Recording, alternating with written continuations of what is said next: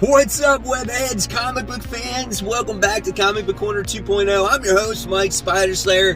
Hopefully you guys are enjoying your weekend. And I have to go teach tennis in a little while, but I did have some time, and I'm just like, you know what? Let's do a video, right? Why not? So this video is obviously the topic of why I got into collecting, how my collecting habits have changed over the years, and why I'm kind of so passionate about comic books. And I would love to hear your guys' thoughts and your stories on how you got into comics, why you're passionate. Let's kick it off, right? So first things first, why did I get into comics to begin with? Well, for some reason, I guess when I was a little kid, I always liked science fiction stuff. Went to the movie theaters to go see Star Wars. I think it was re-released in the, in the theaters when I was like 4 or something like that, 1979, whatever it was. I went to go see it. Loved Darth Vader, loved all those characters, and I want to say that was the kicker for me, getting into all this, science fiction stuff, right? I used to watch Thundar the Barbarian, I used to watch that, but it wasn't until I was a little older where Spider-Man and His Amazing Friends came on TV, and I really loved that show, and it really introduced me to the world of the Marvel Universe, so with Spider-Man, Firestar, and Iceman. I really enjoyed those characters, and I loved Stan Lee's voice. I had no idea who the hell Stan Lee was, but I just knew that I liked that guy's voice. So that attracted me to comics from the start. At the same time, I also had a stack of comic books in a cabinet where I had all my Star Wars toys. Just a stack, probably about this high. Never really read them, but I always looked through the pages of them. A couple of them were some early Hobgoblin issues of Amazing Spider-Man. My uncle was like a manager or an associate at a comic book shop at one time, so he had a whole stash of comics, and he gave me that pile. But it wasn't until 7th grade on when I actually got into comics, because I had a friend who was into drawing, and his introduction to comics for me was Teenage Mutant Ninja Turtles. He was the only kid that liked comic books. So he's like, yeah, I like comics, I like drawing them, I like drawing Teenage Mutant Ninja Turtle stuff, right? And so we used to draw these things, and then we used to go to the store, and we used to try to find Teenage Mutant Ninja Turtle comic books. Now, this was the time when issue 1 and 2 just came out, and you couldn't find those things anywhere. For some reason, he knew, and he did not have those issues, right? However, for some reason, some way, somehow, I found an issue 5, and I still have that issue 5 today.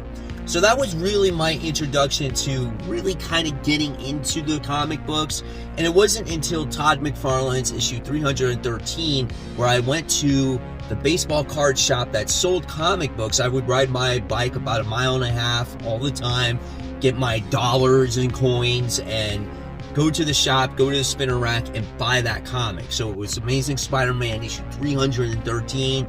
Boom, there it was. Love that cover. Fell in love with Todd McFarlane. Truly fell in love with comics at that point. And pretty much from issue 334 is when I actually started buying Spider-Man comics every single week, because it came out weekly. So that, or twice a week or something like that, with the return of the Sinister Six. That was the first story arc that I actually truly read when it came to the Amazing Spider-Man. So from there on out, it completely grew. So lots of fun right there, okay?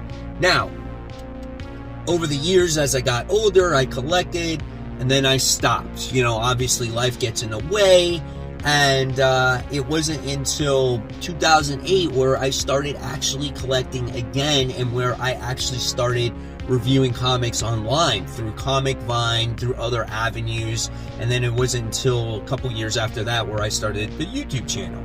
So I've pretty much been doing YouTube almost like 10 years now. I'm an old school YouTuber, man. I'm one of the original people, and there's just other people out there that are better at me in that, and that's okay. I'm actually really fine with that, as long as I touch people and help people in making decisions on what comics to buy. That was the original intent of this channel.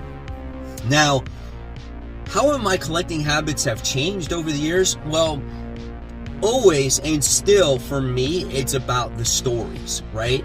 But being that I'm an adult and I have adult money, I love reading the stories, but I also love collecting books now. Like, I love going back through the back issue bins and finding books that I always used to love when I was a kid that I could not obtain back then, right? And now I can try to get them now. So for instance, the other day I bought that Fantastic Four issue 50. Love that book. Recently I bought the 4-issue series, the original 4-issue volume of Wolverine.